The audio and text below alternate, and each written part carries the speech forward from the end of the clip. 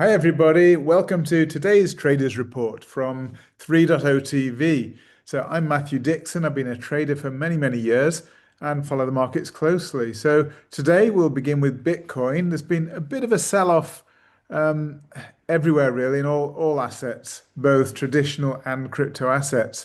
So, we can see here we did actually expect some kind of pullback on Bitcoin. The reason being, we measured wave one here. We transposed the Fibonacci measuring tool to the bottom of wave two, and exactly 1.618 times that wave one gave us the precise endpoint for wave three here.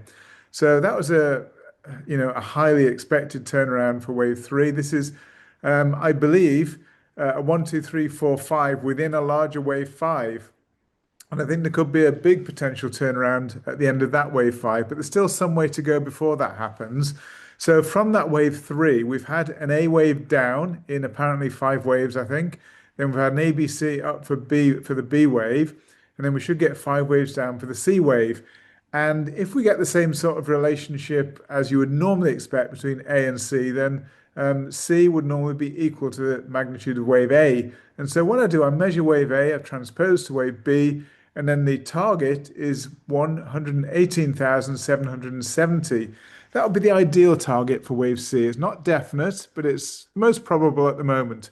So I do expect a little bit more downside for Bitcoin. We should stay above this dashed line here, the red dashed line. That's at $118,007, and that's the top of wave one. So if this wave count is correct, then the fourth wave cannot drop into the territory of wave one here. And so we'd expect it to stay above here. And if we get that 100% extension down, then it would fall very well short of that final barrier there. So that would be very satisfactory. And then we could expect a move higher. This is pretty much what traders expect. Most people are saying that, yes, we are in a bit of a pullback at the moment. And that's partly because we have the government shut down and we're not getting data through as we would normally get in America. But also, there's interest rate expectations are ticking up a little bit. So there was at one point about 100% expectation of a cut in October. That's being scaled back a little bit now. I'll just move over to the Fed Watch tool. And now we have 92.5% chance of a cut and a 7.5% chance of a hold in interest rates. Now, that might seem very small, but it's just the relationship and the change in these. As I say, before, a week or so ago, we expected possibly even a 50 basis point cut. Then the remainder of the 100% was left in this 25 basis point cut area. That's scaled back now, and it's saying there's no chance of a 50 basis point cut, 92.5% chance of a 25 basis point cut, and a 7.5% chance of a hold. So they're moving very gradually over towards a potential hold in interest rates. So back to Bitcoin, that was the all-time high there. We're expecting an ABC down, and we're in that at the moment. Same sort of thing with Ethereum here. We've had apparently, it looks like a wave one higher from that. This is again part of a larger wave five to the upside. Wave five will itself be made up of a one, two, three, four, five on a smaller scale. So potentially we have a wave one up here, an A down, B up, and probably a C down. So a little bit lower for the C wave. That will complete a wave two, and then we should push again higher, probably to new all-time highs for Ethereum. XRP has had quite a bit of a pullback, to be honest, but it's still within this potential triangle expectation. We had, just to shrink this chart a little bit so you can see, we've had potentially an A, B, C, D, E triangle, and then we started an impulse higher.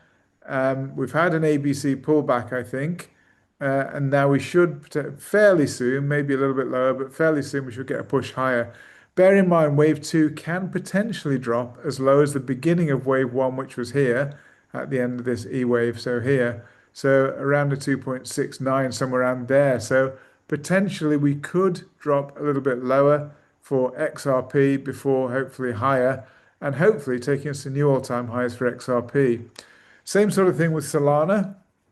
Solana's been faring reasonably well. And again, I think this is just a corrective pullback before higher again for Solana. So again, I'm reasonably bullish, but I just think short term we may have had A small from this point here, a small A wave down, just had a B wave up, may get another C wave down, taking us down to, maybe somewhere around that $210 for Solana, so a bit lower.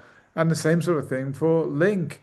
Um, we just, we do appear to be, had fourth wave down. We're looking on a move up in five waves. I think we possibly had a leading diagonal wave one, then an A, a B, and maybe working on a C wave down for wave two before we should push higher again. But again, short term, we may be expecting a little bit more downside for Link, for Chainlink before moving higher. So, we need to be, maybe that's an opportunity to buy the dip. I mean, to be sure, I'll be looking to buy the dip. I like Link as a token. I think it's got great utility. It's closely linked to Ethereum. And as I said, I'm expecting Ethereum to reach new all-time highs soon. So I think both of them will pull back a little bit probably to complete this wave two. And then that might be another buy the dip opportunity and push up to some decent upside there for Link. Litecoin as well, same sort of situation. We had an impulsive move higher. We're getting some sort of corrective pullback. So you can see the difference. This impulsive move up is quite, there is no overlap, higher highs, higher lows. But here, we had a move down, but then this move up here has overlapped this move down here and here. So it's very, very choppy, overlapping movement. That's very indicative of corrective movement. And so we should expect, once the correction is complete, we should expect more upside for Litecoin. SPX, that's the S&P 500, has been, very, very powerful to the upside. We may still expect more upside to come, but again, short term, we may just see a little bit more of a correction. We just need to see some data out of the US. Let's hope they can get over this government shutdown and resolve matters there, so we can start to get data out and some decision making and government moving again in the US. Gold, of course, is a safe haven, and it's been powering really nicely. We had wave three labeled here. It's slightly higher labeled here, I think. So we would expect possibly an ABC down for wave four before we again push on more towards the upside. So gold is a real beneficiary of these movements. We had, and I did say that it may happen. We have actually had this, what was a bearish divergence has been eliminated now because RSI is sloping higher, as also the price is sloping higher as well. So that divergence was eliminated. So whilst we might get a little bit of a pullback, I think there's more upside to be expected for gold. So that's very positive. And what's been causing it? Partly it's the US dollar. US dollar strengthened quite a lot. We did get down to, we dipped down to a low here of 96.23 on the dollar index, DXY. We're now at 98.99, so it's really pushed up quite a bit. So when we see strength in the US dollar, effectively it puts a bit of a dampener on risk assets usually, certainly in the short term, tends to put a dampener on risk assets. And that's why we're getting a pullback in risk assets while we're seeing a bit of renewed strength in the US dollar. And the US dollar is, of course, driven by interest rate expectations, which we just said a couple of slides ago, that we're expecting US interest rates now to be a little bit less dovish than they were, or the Fed to be a little bit less dovish, more hawkish on interest rates. So that's why we see the interest rate expectations, of a cut diminishing a little bit now. And that's why we're seeing dollar strength. So again, this did actually work out. Let me just check. This did work out. This was hidden bullish divergence we had here, and it did, and then the price did rally after that. So right now we do actually have, interestingly, I'll just put it in here just for us to see as a final little note.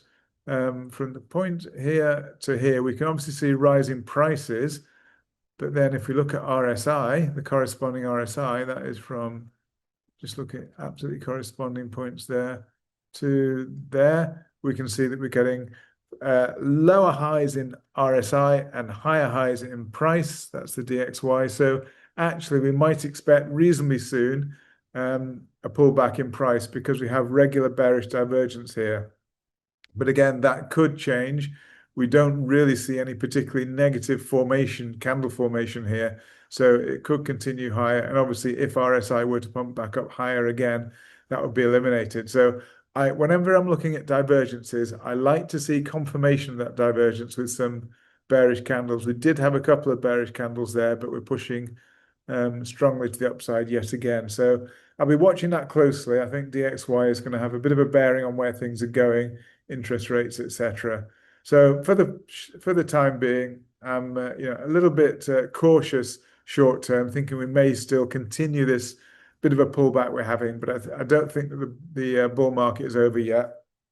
And I do think we're going to see new all-time highs for a few assets and still some good pumps on altcoins and other risk assets. So I hope that was helpful for this the end of this week, or towards the end of this week. So I look forward to catching up next week. Thank you very much for listening, and bye for now.